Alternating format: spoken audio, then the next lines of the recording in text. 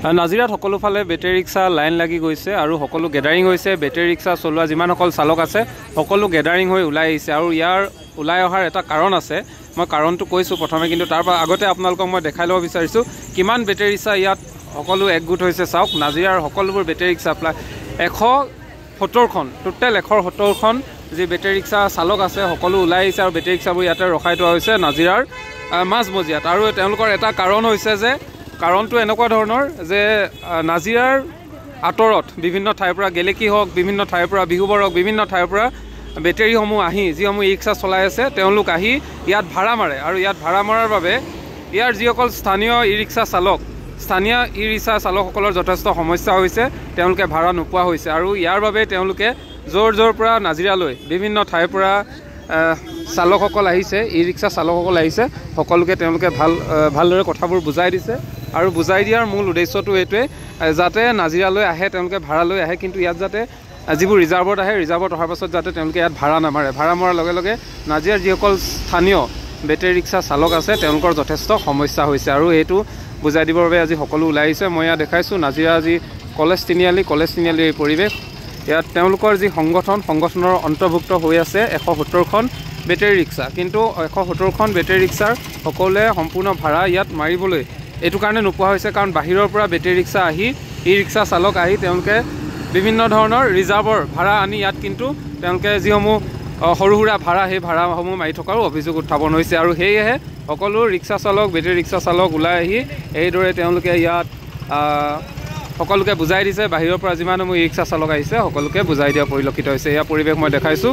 এয়াই বৰ্তমান সময়ত 170খন যি ৰেজিষ্টাৰ্ড হৈ আছে বা 170খন নাজিৰাৰ যি বেটেৰী ই ৰিক্সা আছে, সেই ই ৰিক্সা চালকসকলে যাতে তেওঁলোকে ইয়াত ভাড়া মাৰি থাকিব পাৰে বা তেওঁলোকে ভাড়া মাৰি যিহেতু তেওঁলোকৰ পৰিয়াল পোহপাল দি আছে, সেয়ে ভাড়া মাৰি থাকিব পাৰে, সেই কথাটো তেওঁলোকে বুজাই দিবলৈ চেষ্টা কৰিছে। আৰু সেয়েহে আমি দেখিবলৈ পাইছোঁ ইয়াত সকলোফালে এতিয়া বেটেৰী ৰিক্সা গেডাৰিং হৈ পৰিছে, ই ৰিক্সাসমূহ বেটাৰিং হৈ গৈছে আৰু সকলোকে তেওঁলোকে এইদৰে বুজাবলৈ চেষ্টা কৰা পৰিলক্ষিত হৈছে।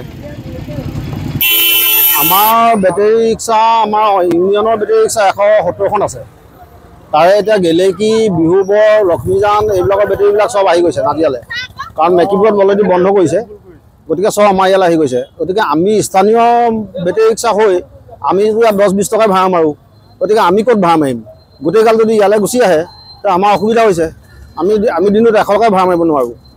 গতিকে সেইটো কাৰণে আজি আমি গোটেই ইউনিয়নটো লগ হৈ আমি যিমান বাহিৰৰ বেটেৰী আহিছে চব বেটেৰী আমি ৰখাইছোঁ, যে আমি বুজাই দিছোঁ যে তোমালোকে ইয়াত ৰিজাৰ্ভ লৈ আহিবা, কিন্তু ইয়াত মানে 10-20 টকা ভাড়া নামাৰিবা। সেই সিমানখিনিয়ে কথা।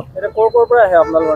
বিহুবৰ, লক্ষ্মীজান, তাৰপিছতে গেলেকী, চেলেংপথাৰ, মেকিপুৰ চব আহে, মেজেঙা, মেছাগড়, মথিয়াচিগা চব আহে।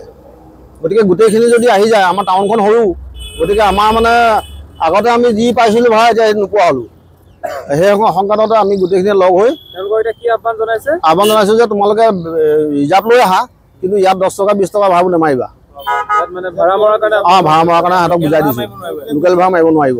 ৰিজাৰ্ভ লৈ আহি পাৰিব, কিন্তু লৈ যাব পাৰিব, কিন্তু কথাটো হ'ল ইয়াত মানে ঘূৰি ফুৰিব নোৱাৰিব। আপোনালোকৰ অৰ্গেনাইজেশ্যনত অন্তৰ্ভুক্তি হ'বলৈ কি হ'ব লাগিব? ইয়াৰ স্থানীয় হ'ব লাগিব নে? স্থানীয় হ'ব লাগিব। স্থানীয় হ'বলৈ প্ৰথম কথা হ'ল তেওঁৰ বায়'ডাটাখিনি দিব লাগিব, লাইচেঞ্চ থাকিব লাগিব, গাড়ীৰ কাগজ থাকিব লাগিব, প্ৰশাসনৰ যিখিনি নিয়ম সেইখিনি থাকিব লাগিব। এই ডাটাখিনি আমাক দিব লাগিব, তেতিয়া আমি আমাৰ সমিতি বহি সিদ্ধান্ত কৰিব।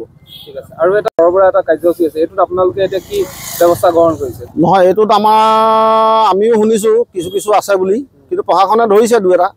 গতিকে আমি এই সংক্ৰান্তত আমি ক'ব নোৱাৰিম, কাৰণ কেলৈ আমি নিজেতো দেখা নাই, কিন্তু শুনাহে কথা আৰু। গতিকে যাক যেনেকৈ পাৰিছে প্ৰশাসনে ধৰিছে। টোটেল আপোনালোক কিমান আছে ৰিক্সা? 170 আমি প্ৰশাসনক দিয়া আছে এইখিনি। আৰু নতুন আছে, টাউনৰখিনি আমি অন্তৰ্ভুক্ত কৰিম বুলি এটা সিদ্ধান্ত লৈছোঁ। হ'লেও আমাৰ সমিতি বহিলেহে হ'ব আৰু। ঠিক আছে।